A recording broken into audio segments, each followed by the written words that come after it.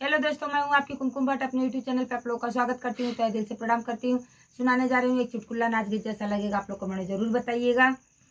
पातर पातर हो जिलेबिया, पातर पातर हो जिलेबिया, पातर पातर हो जिलेबिया। रात भर मोरे पिया सिड़ा बनवावे, रात भर मोरे पिया सिड़ा बनवावे। दिन भर छाने हो जिलेबिया, दिन भर छाने हो जिलेबिया, पातर पातर हो जिलेबिया, पातर पातर हो जिलेबिया।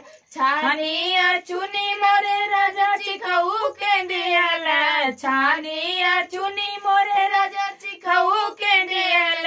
बड़ा निकला गे हो जिलेबिया, बड़ा निकला गे हो जिलेबिया, पातर पातर हो जिलेबिया, पातर पातर हो जिले। रात भर मोरे राजा रजैया बनवावे, दिन भर मोरे राजा रजैया बनवावे।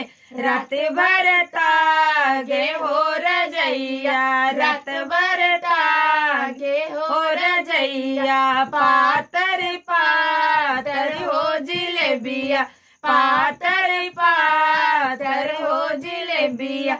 एक दिन मोरे पिया ओढ़ऊ के दिहला, एक दिन मोरे ओढ़ऊ के दिहला। बड़ा निकला गे हो रजैया, बड़ा निकला गे हो रजैया, बड़ा निकला गे हो रजैया, बड़ा निकला वे हो नैया, बड़ा निकला वे हो नैया, पातर पातर हो जिलेबिया, पातर पातर हो जिलेबिया। हेलो दोस्तों, ये मेरा गाना कैसा लगा कमेंट में जरूर बताइएगा। फिर मिलती हूँ नए गाने के साथ, तब तक के लिए भाग।